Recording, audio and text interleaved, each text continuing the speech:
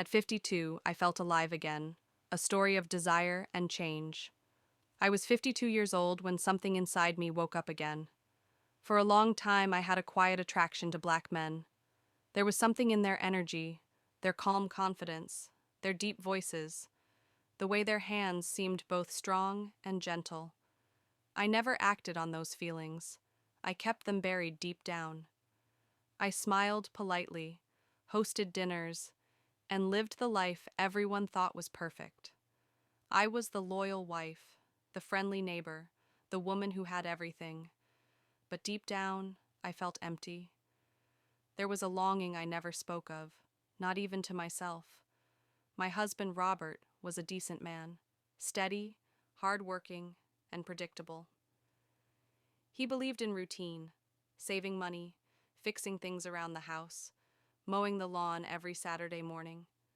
We lived in a small town in Texas, the kind where everyone knows your name and everything looks picture perfect on the outside. But at night, lying next to Robert, I didn't feel like a wife. I felt invisible, like I was fading away. Then everything changed. A man named Darius Carter moved into the house across the street, the one that had been empty for nearly a year. He was tall, built strong, with skin that caught the sunlight like polished bronze. The first time I saw him, he was shirtless, washing his car in the middle of a hot July day. That moment shook me. It was like a piece of me that had been sleeping suddenly opened its eyes. I couldn't look away. I knew right then something was about to change in my life. If you've ever felt like you've been living a life that doesn't match the fire inside you, you'll understand what came next. This isn't just a story about temptation, it's about waking up after years of sleep. That summer day was unbearable, the kind of Texas heat that wraps around you and makes the air feel heavy. I told myself I'd stay inside, but something pulled me to the front porch, and there he was again. Darius, shirtless, working under the hood of his truck, muscles moving slowly as sweat glistened on his skin. I stood there longer than I should have, just watching him. Part 2. A new neighbor, a new fire. That summer day, the heat was unbearable. It felt like the sun was sitting right on top of our Texas town, and even the air felt too heavy to breathe. I told myself I'd stay inside, but something, maybe curiosity, maybe something deeper, pulled me to the porch, and there he was again, Darius Carter. He was bare-chested, working under the hood of his truck, sweat glistening on his back and shoulders. His muscles moved slow and steady, every motion drawing my eyes like a magnet. I stood there watching, longer than I meant to.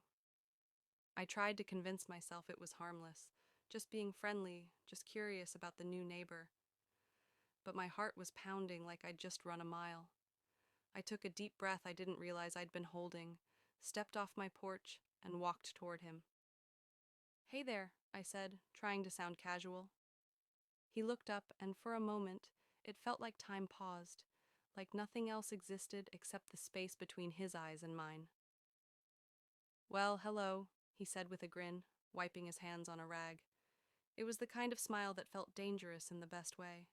"You must be my neighbor." His voice was deep and smooth, like it belonged to someone who always knew exactly what to say. I felt the heat of the sun, and maybe something else, settle over me as I pushed a damp strand of hair behind my ear. "Emily Parker," I said, offering my hand. He took it, his grip firm, his hand rough from work, and held it just a little longer than necessary. "Darius Carter," he replied. The way he said my name was slow, like he was tasting it. It made something low in my spine spark to life. We stood there for a few seconds, not saying a word, but something passed between us. A silent understanding, a feeling that this moment mattered. I should have turned around, should have made some excuse and gone back inside. But I didn't. I smiled, and I stayed. After that day, it was like fate, or something even stronger, kept putting us in each other's path. Everywhere I looked, there he was. Sometimes he was in his yard, shirt off, jeans hanging low as he worked on his truck. Other times, He was watering his patchy grass while the sun beat down on his skin, making it shine like polished copper. And me? I kept finding silly reasons to be outside, watering my flowers even when they didn't need it, checking the mailbox several times a day, walking my old dog through the heat like I didn't know better. I told myself I was just being neighborly, but deep down, I knew something was happening, something I couldn't explain, and wasn't sure I wanted to stop. We didn't even pretend to resist. Every time we were alone, every small window of possibility, we took it like people who'd been starving for years. It didn't matter where we were, in the dim corner of his living room, with sunlight leaking through half-closed blinds, or in my kitchen, with my back pressed against the cold marble counter, his hands moving beneath my sundress like he already knew the places I needed him most. It could happen in the early mornings, sometimes in the middle of the afternoon, or in those in-between hours, quick stops between groceries and appointments, when we couldn't help ourselves. Each time felt hotter than the last. It was messy, intense, wild, no more hesitation, no more second thoughts, just raw want. Darius would find me near the front door, out back by the fence, even once in the hallway, and pull me into him like he hadn't touched me in years. And I'd let him. I always let him. Every kiss felt like we were falling apart and coming back together all at once. Every touch sparked something that burned right through us. I remember the first time he took me on the stairs, halfway between one floor and the next. It happened so fast, I barely had time to breathe. One moment I was reaching for him, the next I was pressed against the wall, legs wrapped around him, his name in my mouth like a prayer. We never got tired of each other. Even when our bodies ached and our skin was slick with sweat, the need never went away. It only got stronger, riskier, and the secret? It wrapped around us like a thrill we couldn't shake. Robert was just across the street, still the perfect husband in the perfect house, completely unaware that his wife was drifting further and further away with every passing day. I should have felt guilty. I should have been ashamed, but I wasn't. What I felt was alive, for the first time in years. After that first night, we never stopped. We didn't want to. We couldn't. Each time we came together, it was hotter than the last, leaving us breathless, shaking, unable to speak. There was no awkwardness anymore, no nerves, just hunger, sharp, real, unapologetic. Darius would catch me in the hallway by the front door, sometimes even in the backyard. He'd pull me to him like he couldn't help it, like something inside him broke every time we were apart. Our kisses were wild, almost violent in how much we needed them.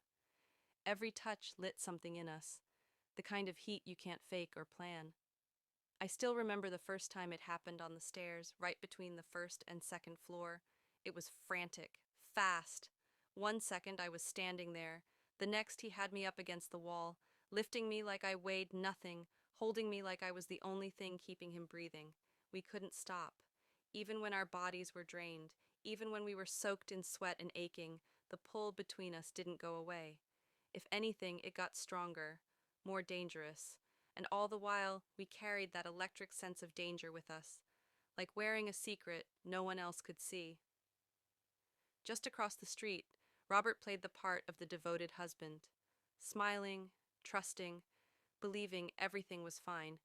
He had no idea his wife was falling apart and falling into someone else. I should have felt terrible. I should have felt disgusted with myself. But I didn't. What I felt was awake, for the first time in years. It all changed one quiet afternoon, lying in the aftermath of it all, tangled in the sheets. His breath warm against my ear, Darius whispered something soft that hit me like thunder. "Why are you still with him, Emily?" he asked, his fingers moving in slow circles on my hip. "You deserve more." I laughed, half-hearted, nervous, but the ache in my chest betrayed me. He didn't drop it. "You're wasting your life," he said, voice calm but serious. "You could have everything." He listed it off like a promise, the house, the money, freedom. I turned to look at him, waiting for the punchline, waiting for him to smile and say he was kidding, but he didn't. There wasn't a trace of a joke in his eyes. "What if," Darius said one night, his voice calm, almost too calm, We made it happen. My heart pounded so hard it felt like it might burst. A mix of fear, adrenaline, and something darker, desire. It was wrong. Terribly wrong. But deep inside, a voice I'd tried to ignore whispered, "Why not?" The plan wasn't just about moving some money around. It had to be smart, careful, quiet. First, I asked Robert to open a joint credit card, just in case. I made a big deal of being responsible, set up autopay, showed him how I tracked every expense. He didn't question it. He believed in me completely. Then I started spending, slowly. A few groceries here, fixing a leaky faucet there. Later it grew, new clothes, spa days, little weekend getaways, all under the excuse of keeping myself sane. Nothing too obvious, nothing he'd argue with. Darius showed me how to hide things, redirect some of the bills to a P.O. box he controlled, make just enough late payments to trigger fees, let the interest pile up. Robert didn't notice. He was too distracted, always working, always tired. Anytime he raised an eyebrow, I acted concerned, told him not to worry, that I'd handle it. Made him feel bad for even doubting me. When the first collection letters showed up, I played my part perfectly. Wide-eyed, scared, even crying as I clutched the envelopes. "It must be a mistake," I said, hands shaking. "I'll fix it, I swear." But the truth was, Darius and I were already draining the savings bit by bit. Quiet bank transfers buried under paperwork, forged signatures he never thought to question. By the time Robert realized the mortgage hadn't been paid in 3 months, and our bank accounts were nearly empty, the damage was done. There was no turning back. The damage was done. Robert was overwhelmed, financially and emotionally, and I stood by, watching him drown without lifting a finger. He didn't leave right away. At first, he tried to fix things. He made desperate phone calls to the bank, begged for help, even maxed out his last credit card to buy us another month in the house. I watched quietly as he crumbled, day by day, the pressure eating him alive. And on the outside, I played the loving wife, softly suggesting maybe a fresh start would be good, somewhere far away, somewhere he could breathe again. "You deserve peace, Robert," I told him one night, placing my hand on his arm and faking a tremble in my voice. "Maybe it's time to let go." He fought it. Of course he did, but the weight of the debt, the embarrassment, the hopelessness, it all wore him down. One dull morning, he packed a single suitcase. "I have to go," he said quietly, eyes fixed on the floor. "I can't breathe here anymore." I stood at the window and watched his car disappear down the street, shrinking into the distance. Behind me, Darius was already waiting, ready to enjoy everything we'd taken. But the dream didn't last. It couldn't. Not when it was built on lies and ruin. It started slowly. Quiet phone calls at night. Messages he wouldn't let me see. Nights he'd slide out of bed, muttering something about urgent business. At first, I brushed it off. Told myself I was being paranoid, but that old instinct, sharp and cold, stirred in my stomach. He's hiding something. One night, I followed him. My heart pounded as I tailed his truck through the empty streets. He pulled up behind a rundown motel on the edge of town. I parked a distance away and watched as he got out. Then she appeared, young, beautiful, full of life, everything I used to be. She laughed as he pulled her into his arms, holding her the way he once held me. Then he kissed her, deep, hungry, the same way he used to press me against the walls of our stolen home. I stood there in the shadows, the air thick and heavy around me, watching the man I sacrificed everything for betray me without hesitation. In that moment, everything shattered. The lies, the manipulation, the price I had paid. None of it mattered. I wasn't special. I was just another stepping stone to someone new. Fury welled up inside me, hotter than anything I'd ever felt. But I didn't scream. I didn't cry. I waited. Because everything, the house, the money, the paperwork, was still in my name. The next morning, while Darius was still asleep, I made my move. I changed the locks, called the bank, cut him off from everything. When he showed up at the door later that day, confused and raging, I was ready. I opened the door with a calm, steady smile.